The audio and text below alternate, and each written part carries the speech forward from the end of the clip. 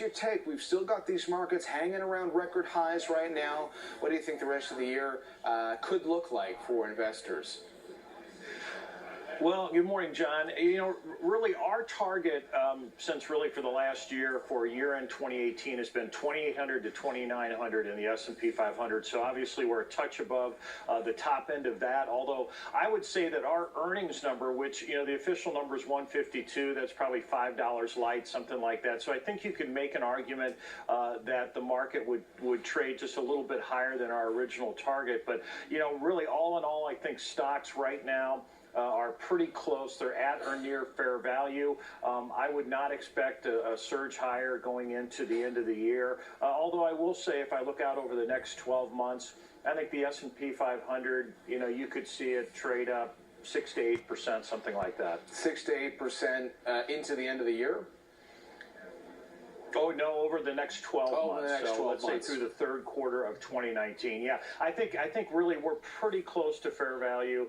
We might get a little push here. I think there's a few people starting to chase the market here, and I think that'll keep a bid to the market. But I don't think we're going to be substantially higher or meaningfully higher than where we are right now. So what stands in the if people need a reason not to buy stocks?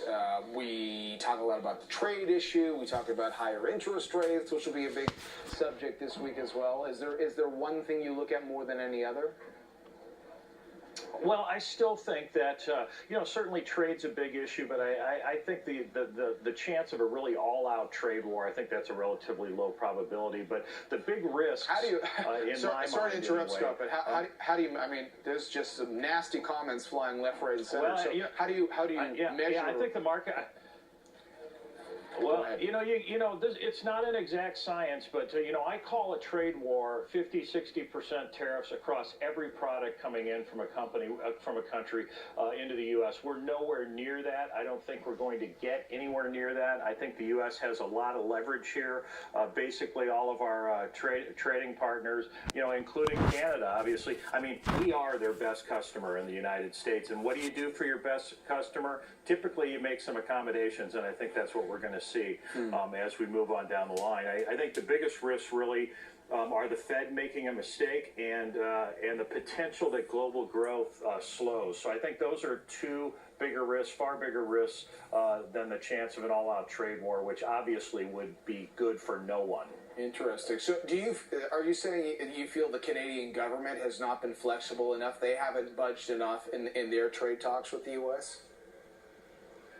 Well, if I had to, in my personal opinion, I think we have leverage with the Canadian government, and when a huge amount of Canadian exports go to the U.S., that gives us leverage, and I think that's going to be what determines, whether Canada signs a deal or not. Whether they sign it right away, I'm not sure, but I think over time and probably sooner rather than later, they make some accommodations. So you're now thinking that the stock market's kind of hit the level that is the peak for the year, and yet you're not all that. I don't think using the word defensive properly characterizes how you want to play the market. So maybe shed a little color on what you're doing. If you don't think stocks broadly are going to rally much from this point, but you're not really getting defensive, what is the strategy? Yeah, I think what you have to do is you have to say to yourself, are we at or really close to the end of this cycle, which we don't think we will. I mean, we think we're going to have a reasonable GDP growth next year, probably slightly lower than the 2.9% we're looking at this year. We think that the global economy is going to continue to move forward. We've been leaning, as you and I have talked before in the past, we've been leaning toward these sectors that benefit from a continuation of this expansion, so industrials, consumer discretionary, financials, of healthcare, and we have been underweight sectors like staples and utilities and those types of things. So we're still leaning that way. I think that's the way you want to lean.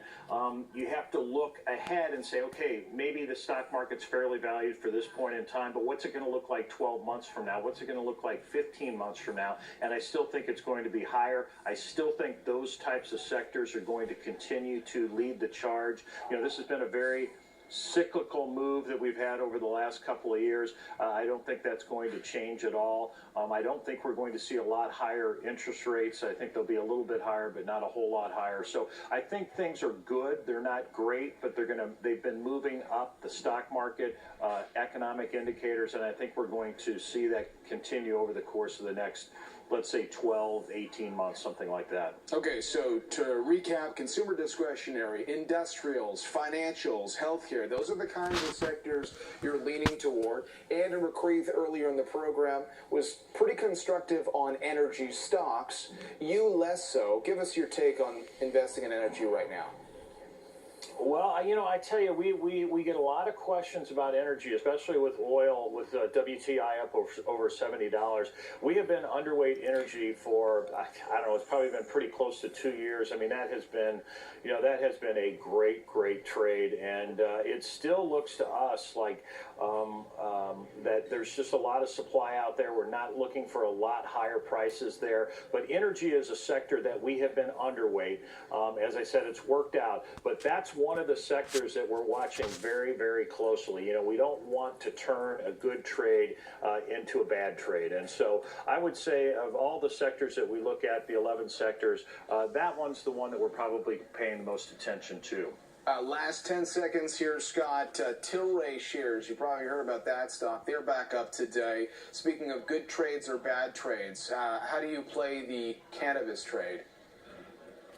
Well, of course, for the federal government, it's illegal here in the States, so we do not cover it. I will say, just my observation is there's been a lot of volatility. There's going to continue to be a lot of volatility. It feels like a mania to me, and when you're buying a group of those stocks, it seems to me you buy them, you close your eyes, you keep your fingers crossed, and say a few prayers.